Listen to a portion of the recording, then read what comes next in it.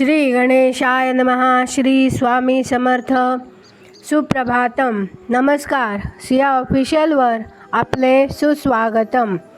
योगेशं सच्चिदानंदं वासुदेवं व्रजप्रियं धर्मसंस्थापकं वीरं कृष्णं वंदे जगद्गुरुं. आज आपण महाभारतातल्या पहिल्या खंडातल्या आदिपर्वातले चैत्र रथपर्व पुढे वाचायला सुरुवात करूया. वैशंपायन म्हणाले, उपयाजाने याजाची केलेली ही निंदा ऐकल्यावर द्रुपदाला सुद्धा याजाविषयी अप्रीती उत्पन्न झाली. पण त्याला आपले काम काही झाले तरी साधून घ्यावयाचे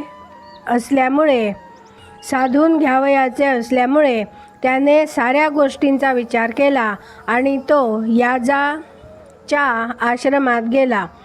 याजा आपण आपल्या कामासाठी सत्कार करणे आवश्यक आहे हे राजाला दिसून आल्यामुळे त्याने याजाचा सत्कार केला आणि त्याला तो म्हणाला, ऋषीवर्य, मी आपणास 80,000 गायी देईन.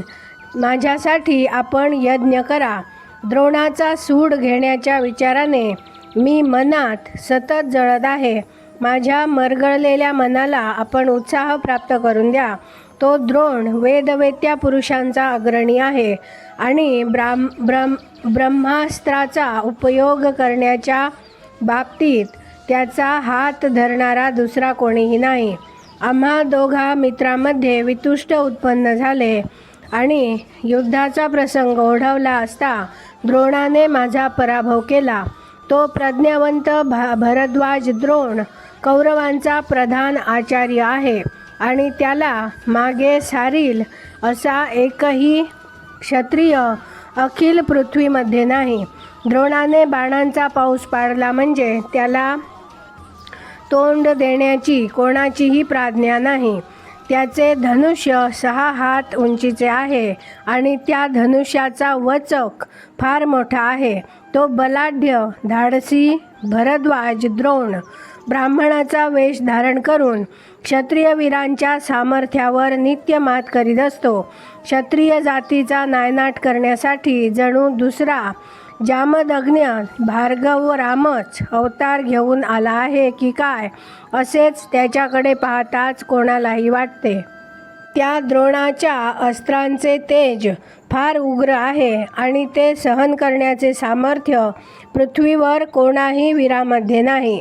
ब्राह्म्य तेजाचे तो निधान असला तरी क्षात्र धर्माचे अवलंबन तो करीत असल्यामुळे ब्राह्मधर्माचा आणि क्षात्र धर्माचा त्याच्या ठायी संगम झाला आहे आणि आहुती दिलेल्या अग्नीप्रमाणे तो रणांगणात सत्यानाश करून टाकतो.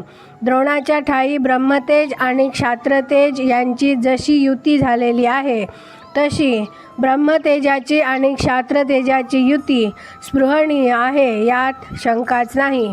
पण नुसत्याच क्षात्रतेजापेक्षा ब्रह्मतेज केव्हाही अधिक श्रेष्ठ होय. माझजवळ नुसतेच क्षात्रबल आहे यामुळे द्रोणाच्या मानाने मी कोताच आहे. म्हणून ब्राह्मतेजाने परिपूर्ण असलेल्या आपणाकडे आधारासाठी मी धाव घेतली आहे. याज महर्षे, द्रोणापेक्षाही आपण अधिक श्रेष्ठ वेदवेत्ते महर्षी आहात. युद्धामध्ये द्रोणाचा वध करणारा अपराजित पुत्र ज्यायोगे मला प्राप्त होईल असा यज्ञ आपण करा. मी आपणास 10 कोटी गायी दक्षिणा म्हणून देईन. द्रुपदाने अशा प्रकारे विनवणी केल्यावर ठीक आहे असे याज महर्षी म्हणाले आणि द्रुपदाचे इप्सित प्राप्त करून देणाऱ्या यज्ञविधीची आखणी मनात करू लागले. हा यज्ञविधी बरेच दिवस चालणारा आणि गुंतागुंतीचा असल्यामुळे आपला भाऊ उपयाज यालाही त्यांनी मदतीसाठी बोलावले. अशा प्रकारे याज महर्षींनी द्रोणाचे निर्दालन करण्याची प्रतिज्ञा केली. यानंतर पुत्रप्राप्तीसाठी महातपस्वी याज महर्षी द्रुपदाला श्रौताग्नी साध्य यज्ञविधीचे अनुष्ठान सांगितले आणि त्याला ते म्हणाले, राजा, महापराक्रमी, महातेजस्वी आणि महाबलाढ्य पुत्र प्राप्त व्हावा अशी तुझी इच्छा आहे, असाच पुत्र तुला प्राप्त होईल. वैशंपायन म्हणाले, भरद्वाज द्रोणाचा विनाश करणारा पुत्र प्राप्त करून घेण्याच्या उद्देशाने यज्ञकर्म सिद्धीला जावे म्हणून द्रुपदाने याज महर्षींनी सांगितलेली प्रत्येक गोष्ट केली. हवनविधी पूर्ण झाल्यावर याज महर्षींनी द्रुपदाच्या राणीला आज्ञा केली, राजपत्नी पृषतस्नुषे हवीरभाग स्वीकारण्यासाठी तू इकडे सत्वर ये. तुला कन्या व पुत्र असे जुळे होणार आहे. राणी म्हणाली, याज महर्षी, मी अस्पृश्य आहे, रजस्वला आहे, म्हणून मी अजून मुख प्रक्षालन केले नाही, स्नान केले नाही, म्हणून माझे मुख अशुद्ध आहे आणि माझे अंगही अशुद्ध आहे. स्पर्श करण्यास मी अयोग्य आहे, म्हणून पुत्रप्राप्ती मला जरी इष्ट असली तरी मी शुचिर्भूत होईपर्यंत आपणास थांबणे जरूर आहे. याज महर्षी म्हणाले, याजाने सिद्ध केलेला आणि उपयाजाने अभिमंत्रित केलेला हवीरभाग काय वाटेल ते झाले तरी आपले उद्दिष्ट सिद्ध करूनच घेणार. तू इथेच थांब अथवा इथून निघून जा. तू आली नाहीस तरी यज्ञीय हवीरभाग आपले कार्य केल्याशिवाय कदापि राहणार नाही. ब्राह्मण म्हणाला, द्रुपदाच्या राणीला असे सांगितल्यावर याज महर्षींनी संस्कार केलेला हवीरभाग अग्नीला अर्पण केल्यावर त्या अग्नीमधून साक्षात देवाप्रमाणे तेजपुंज असलेला कुमार बाहेर पडला. अग्निज्वालेप्रमाणे वर्ण असलेल्या त्या जाज्वल कुमाराने मुकुट धारण केला होता, तसेच त्याने उत्कृष्ट चिलखत धारण केले होते.